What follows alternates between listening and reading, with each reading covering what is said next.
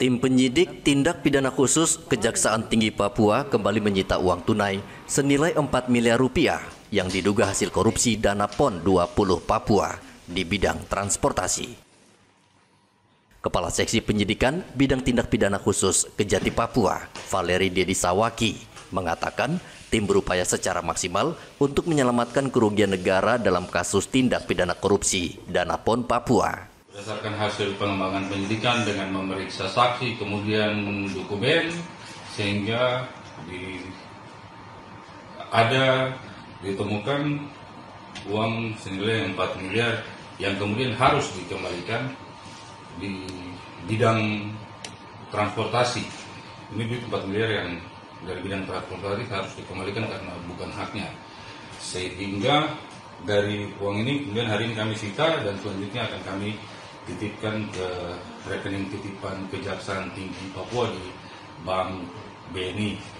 Dari pengembangan ini tidak menutup kemungkinan akan ada bertambah penyitaan. Kami lakukan, jadi tim penyidik kali ini kita lakukan penyitaan, kemudian bukan hanya terhadap uang tunai, namun terhadap aset-aset milik para pelaku yang diduga terlibat atau terkait dengan persoalan atau dugaan tindak pidana PON ini. Ini merupakan langkah penyelamatan keuangan negara di tahap penyidikan yang dilakukan oleh kami tim penyidik dan selanjutnya akan terus bertambah. Ya, kami berharap demikian untuk pihak-pihak yang terlibat atau ini kami akan temukan dan kami akan meminta untuk dikembalikan.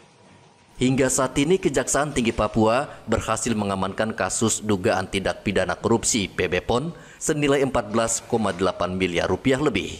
Kasus ini dalam waktu dekat akan segera disidangkan dan saat ini masih dalam tahap pra penuntutan.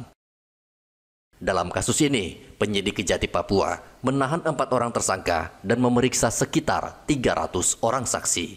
Arthur melaporkan dari Kota Jayapura, Papua.